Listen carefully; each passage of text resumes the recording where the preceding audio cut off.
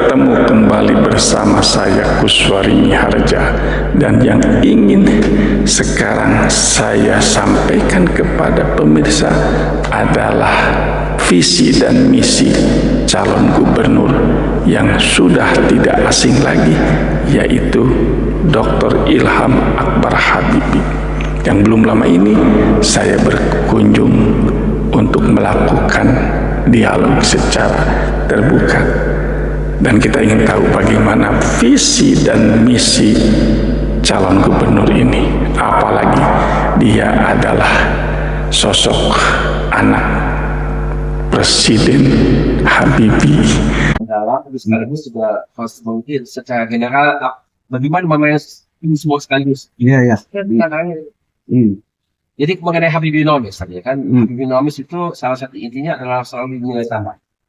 Jadi bagaimana kita menggunakan teknologi untuk meningkatkan nilai tambah. Kalau kita lihat saat ini yang kita lakukan di katakanlah ada yang kita sebut sebagai Jokowionomics. Jokowionomics apa sebetulnya? Kalau kita lihat banyak terkait dengan hilirisasi kan. Iya. Hilirisasi apa? Kita menggunakan equal misalnya, kemudian kita terapkan teknologi di nilai tingkat ini ya. Nggak beda dengan Habibienomics sebetulnya kan, itu prinsip added value sama aja.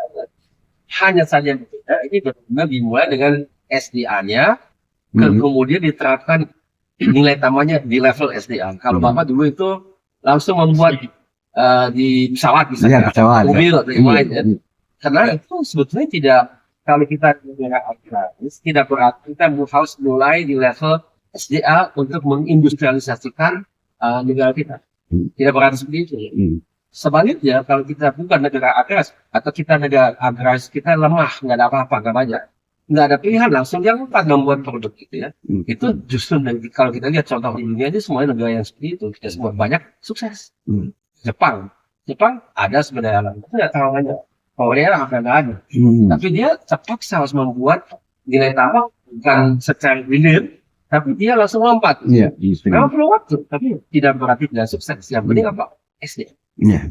SDM dan harus secara konsisten menelusuri itu, dan juga konsisten ikut dengan rencana yang sudah dibuat, dan itu sampai dengan tuntas. Jadi komitmennya nggak boleh harus agak sabar dan punya daya juang, dan memang nggak boleh cepat menyerah gitu. Harus konsisten gitu ya. Dan itu kalau kita lihat di Korea juga beberapa dekade. Jadi di Indonesia kita nggak harus agak gimana percaya kepada bahwasannya ini adalah jalan yang benar.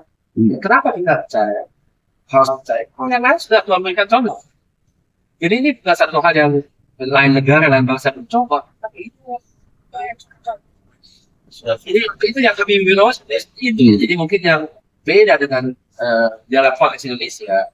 Memang yang bedanya bisa dan itu memang Bapak selalu menekankan tidak ada salahnya kita juga langsung lompat. Kemudian kita seolah kan ada filosofi yang mengatakan kita mulai dan berakhir di awal.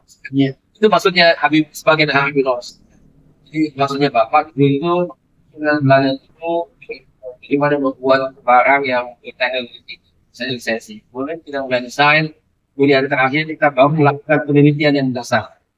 Kan kita meneliti dulu, baru kita mengembangkan teknologi, baru kita buat produk. Jadi dibalik ya, dibalik. Nah ini yang namanya harus. Tapi inti daripada Habibienomics itu nilai tambah. Karena kita harus mampu meningkatkan nilai ekonomi daripada produk dan jasa kita dengan menerapkan sudah teknologi. Dan dalam hal itu kita harus bukan saja menerapkan, tapi juga mengembangkan dan menguasai. Jadi itu adalah sifat-sifat daripada negara dan bangsa yang maju.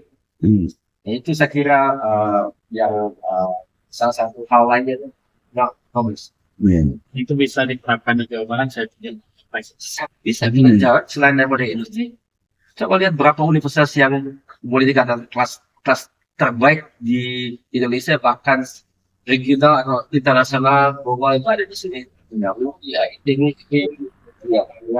Telkom, banyak sekali. Banyak. Ada di Jawa. Iya. Selain dari itu, Jawa juga punya. Kalau kita lihat jumlah sekolah vokasinya sampai sini mana? Ya. Jateng plus Jatim jumlah maaf itu sama ya. Tapi kalau paling banyak sekolah Asia. Asia paling banyak di Jawa. Kalau di lain pihak pesantren, Ya, betul. paling banyak se-Indonesia. Jabar. Kalau kita lihat Jateng plus Jatim itu masih lebih kecil daripada Jatim. Kotanya Jateng dan Jatim itu 11.000. Dua-duanya di kamu. Jawa itu pasti. Betul. Jadi ya memang ingat aja betapa kompleksnya. Iya. Tapi ya tidak berarti nggak bisa. Tapi kompleks, dasar ya. Blueprint digital marketing keren udah. Iya. Ini masih dalam proses. Saya kan baru resmi nyalon kan sebulan. Iya. Iya, baru sekali. Tapi gaungnya sudah besar. Iya. Satu lagi barangkali Pak, salah satu branding yang luar biasa sebenarnya itu adalah Habibinomics, di mana pada saat itu Iya. bisa menyelesaikan permasalahan negara pada situasi yang sangat genting, sehingga bagaimana kemudian itu bisa teratasi. Gitu ya. Memang atas bantuan itu Pak Ginanjar, atas cerita dan sebagainya. Nah, ini juga menjadi satu hal juga yang barangkali bisa diterapkan untuk diimplementasikan di Jawa Barat dalam level yang lebih mikro barangkali, sehingga karena saya juga pernah membaca lah seperti apa ininya memang luar biasa begitu ya. Jadi Bapak itu ingin memanggil menteri-menterinya dan ingin semua dirumuskan dalam persamaan matematik. Ya, ini seperti apa? Pokoknya berikan sama saya. Diberikan waktu beberapa hari lah itu, singkatlah 2 hari, kemudian itu didapatkan dan beliau pelajari hanya dalam semalam. Oh ya, kemudian besoknya sudah bisa menghasilkan beberapa konklusi lah dari situ. Dan itu luar biasa. Dengan nilai rupiah. Ya, Tekan dengan nilai rupiah. termasuk itu. Tapi juga dari berbagai macam, karena ini kan sebenarnya balance dari semuanya, termasuk juga internasional begitu bagaimana pengaruh Indonesia.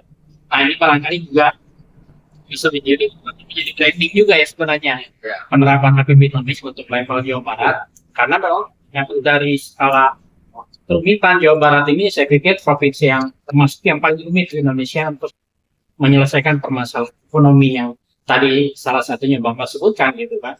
Jadi perbedaan setiap daerah, kemudian disparitas harga juga, disparitas daya beli dan lain sebagainya. Oke. Iya. Silakan, mungkin yang lain. Ya. Saya. Jadi tadi kawan-kawan sudah menyampaikan tuh program-program branding ke depan. Kalau Pak Ilham jadi gubernur kan gitu. Namun yang kita dari awal itu ada suatu kekagetan ya. Pak Ilham yang kan gubernur Jawa kan gitu. Ya. Jadi dibawa oleh Nasdem. Ya, itu respect bagus juga untuk Jawa Barat sih kan. Karena membawa misi untuk perubahan di Jawa Barat selama ini ya Jawa Barat masih adem-adem gitu aja Pak. Masyarakatnya ya, tidak ada perubahan sehingga masyarakat ini kan rata-rata masyarakat sosiologis masyarakat di Jawa Barat ini adalah agamis. Jadi memang ada kalau kita global kan terbentuk 2 masyarakat Jawa Barat itu masyarakat nasionalis dan agamis. Jadi untuk memenangkan Jawa Barat tentu